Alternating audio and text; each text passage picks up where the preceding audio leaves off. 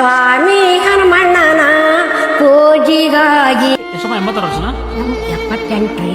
78 ವರ್ಷ. ಸ್ನೇಹಿತರೆ, ಎಲ್ರಿಗೂ ನಮಸ್ಕಾರ. ತನ್ನ ಅದ್ಭುತ ಕಂಠ ಸಿರಿಯಲ್ಲಿ ದೇವರ ಭಕ್ತಿಗೀತೆ ಹಾಡು ಹಾಡಿದಂತಹ ಅಜ್ಜಿ ನಿನ್ನೆ ವಿಧಿವಶರಾದ್ರು. ಒಂದು ಕ್ಷಣ ವಿಷಯ ಕೇಳಿ ತುಂಬಾನೇ ದುಃಖ ಆಯ್ತು, ಹಾಗೆ ಶಾಕ್ ಆಯ್ತು. ಇವರು ಹಾಡಿದಂತಹ ಈ ಭಕ್ತಿಗೀತೆಗೆ ಫೇಸ್ಬುಕ್ ಅಲ್ಲಿ 1.4 ಮಿಲಿಯನ್ ವ್ಯೂಸ್ ಆಗಿದೆ, ಹಾಗೆ ಇನ್ಸ್ಟಾಗ್ರಾಮ್ ಅಲ್ಲಿ 865 ವ್ಯೂಸ್ ಆಗಿದೆ.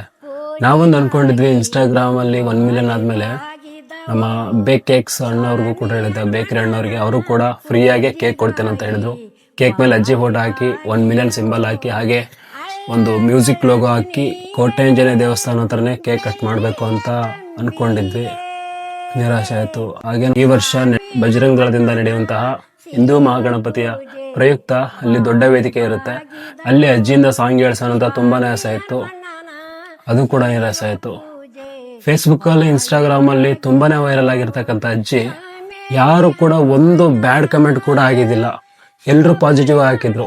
ಕೆಲವೊಬ್ರು ಹಾಕಿದ್ರು ಬಿಗ್ ಬಾಸ್ ಕಳಿಸಿ ಅಂತ, ಬಟ್ ಹೋಗ್ತಿದ್ರು ಇಲ್ಲೋ ಗೊತ್ತಿಲ್ಲ, ಬಟ್ ಜನ ಆತರ ಆಗ್ತಾ ಇದ್ರು, ಬಿಗ್ ಬಾಸ್ ಕಳಿಸಿ, ಸರಿಗಮಪ ಕಳಿಸಿ, ಎಂತೆಂತವ್ರನ್ನ ಬೆಳೆಸ್ತೀರಾ, ಇಂಥವ್ರನ್ನ ಬೆಳೆಸಿ ಅಂತ ಹೇಳಿ ತುಂಬಾ ಜನ ಪಾಸಿಟಿವ್ ಆಗಿ ಕಮೆಂಟ್ ಹಾಕಿದ್ರು.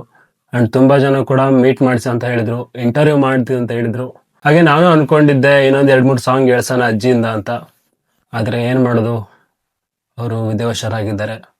ಅಜ್ಜಿಯವರು ನಮ್ಮಿಂದ ಫಿಸಿಕಲ್ ಆಗಿ ದೂರ ಆಗಿರ್ಬೋದು, ಆದ್ರೆ ನಾವು ಮಾಡಿದಂತಹ ವಿಡಿಯೋದಲ್ಲಿ ಜೀವಂತವಾಗಿರ್ತಾರೆ, ಹಾಗೆ ನಮ್ಮ ಮನಸ್ಸಲ್ಲಿ ಕೂಡ ಯಾವತ್ತಿಗೂ ಜೀವಂತವಾಗಿರ್ತಾರೆ. ಭಾವಪೂರ್ಣ ಶ್ರದ್ಧಾಂಜಲಿ ಅಜ್ಜಿ.